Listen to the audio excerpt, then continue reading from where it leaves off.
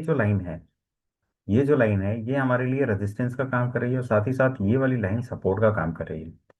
कल हमारे लिए दो ट्रेड हो सकता है। एक तो डाउन साइड के लिए, पहला जो ट्रेड होगा वो डाउन साइड के लिए होगा। मैंने आपको क्लियर कट वीडियो में बताया था कि कल का जो पहला ट्रेड होगा कि मार्केट रेंज में ओपन होगा, हो सकता है यहाँ पे पहुंचे और यहाँ से फिर वो प्राइस एक्शन बनाएगा डाउन साइड के लिए। ठीक है, डाउन साइड के लिए बनाएगा और जब वो इस लेवल पे आएगा और प्राइस एक्शन जब शिफ्ट होगा तो फिर हम यहाँ पे अप साइड के लिए प्लान करेंगे। तो देखिए यहाँ पे डाउन साइड का तो हमें दो ट्रेड मिला। ठीक है, यहाँ पे एज पर कैंडलस्टिक पैटर्न और चार्ट पैटर्न हमें दो ट्रेड यहाँ पे डाउन साइड का मिला।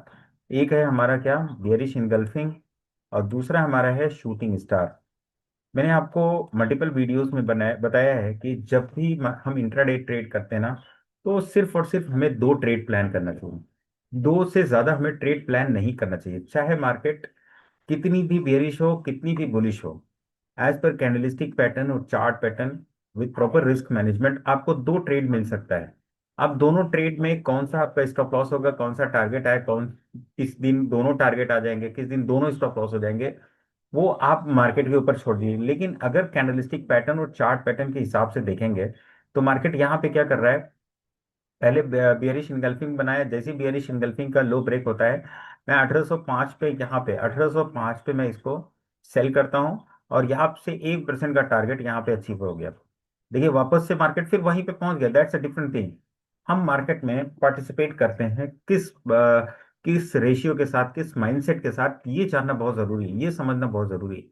देखिए जब भी हम मार्केट में पार्टिसिपेट करते हैं तो हमारा जो माइंडसेट होता है ना, वो रिस्क मैनेजमेंट बेस्ड होता है। मतलब जहां पे हमें हर ट्रेड के लिए 0.5% का रिस्क लेने के लिए हम रेडी होते हैं, साथ ही साथ 1% के लिए टारगेट, 1% के टारगेट के लिए हम बैठते हैं।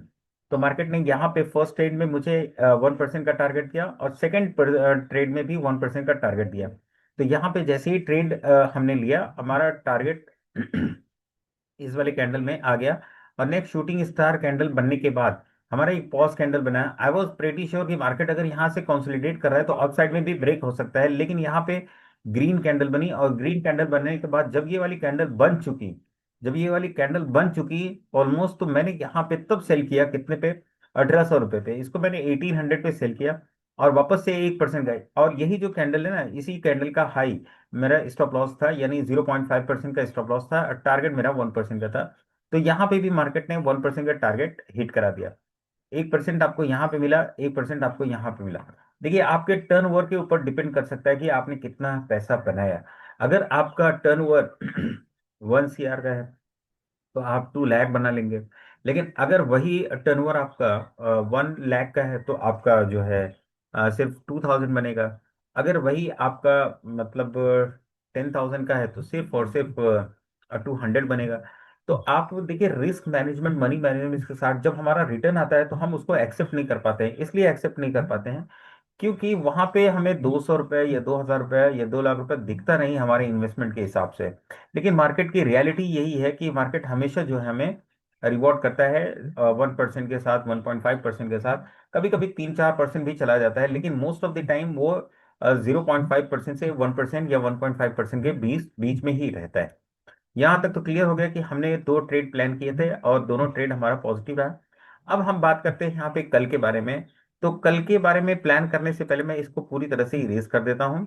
जहाँ पे हमारे लिए ये लेवल तो सपोर्ट का है ही है। ठीक है, 1750 वाला लेवल हमारे लिए सपोर्ट का है। साथ ही साथ यहाँ पे मार्केट क्या कर रहा है, अब ब्रेकआउट की तैयारी कर रहा है। अब क्या कर रहा है, ब्रेकआउट की तैयारी कर रहा है। अभी ब्रेकआउट हुआ नहीं है, ठीक है, अब ब्रेकआउट की तैयारी कर रहा है। ब्रेकआउट की तैयारी का मतलब ये होता है जब वो रेजिस्टेंस के पास कंसोलिडेट करने लगता है, जब वो रेजिस्टेंस के पास कंसोलिडेट करने लगता है, जब ये ट्रेड रेजिस्टेंस के पास कंसोलिडेट करने लगे तो मोस्ट ऑफ द टाइम वो क्या करता है, वो ब्रेकआउट करता है। ठीक है, ब्रेकआउट करेगा और ब्रेकआउट करने के बाद वापस से फिर उसी लेवल पे आएगा। फिर प्राइस एक्शन अगर आप साइड करेगा तो मार्केट इस तरीके से चलने की कोशिश करेगा। मार्केट अगर रेंज में ओपन होने के बाद फौरन इस लेवल पे आ जाता है तो यहाँ पे मैं बुलिश कैंडलस्टिक पैटर्न को, यहाँ पे बुलिश कैंडलस्टिक पैटर्न देखूंगा और जैसे ही कोई बुलिश कैंडलस्टिक पैटर्न बनेगा मैं उसको ट्रेड कर दूंगा अपसाइड के लिए यहाँ पे। ठीक है, मार्केट का सेंटीमेंट पॉजिटिव है नेगेटिव है मुझे नहीं पता। मार्केट अगर अप साइड में निकलता है तो फिर मुझे वेट करना पड़ेगा, डाउन साइड में गिरता है तो इस लेवल पे कोई भी बुलिश कैंडलस्टिक पैटर्न बनेगा मैं उसको ट्रेड कर लूंगा।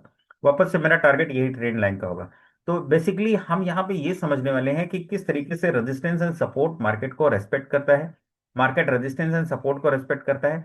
देखिए मैंने आपको बताया था ना, रेजिस्टेंस के पास जाएगा तो हम थोड़ा सा, अब हमको फॉल चाहिए था यहाँ तक का, तो एक ही दिन में नहीं आएगा, या तो मार्केट निकल जाएगा या तो फिर आएगा तो 2 दिन में आएगा। लेकिन उस क्या वो दिन में हमको 1% या 0.5% या 1.5% मिलेगा कि नहीं मिलेगा, ये हमें देखना है।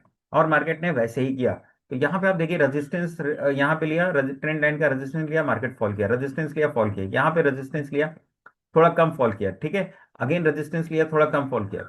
अभी रेजिस्टेंस लेगा तो ज्यादा फॉल करेगा। अगर मान लीजिए कि कल रेंज में ओपन होता है, फर्स्ट 15 मिनट के बाद यही कोई शूटिंग स्टार कैंडल बना देता है और मार्केट वापस से इस ट्रेंड लाइन के नीचे चला जाता है क्लोजिंग बेसिस पे, तो फिर मैं डाउन साइड के लिए ट्रेड करना शुरू कर दूंगा, ठीक है।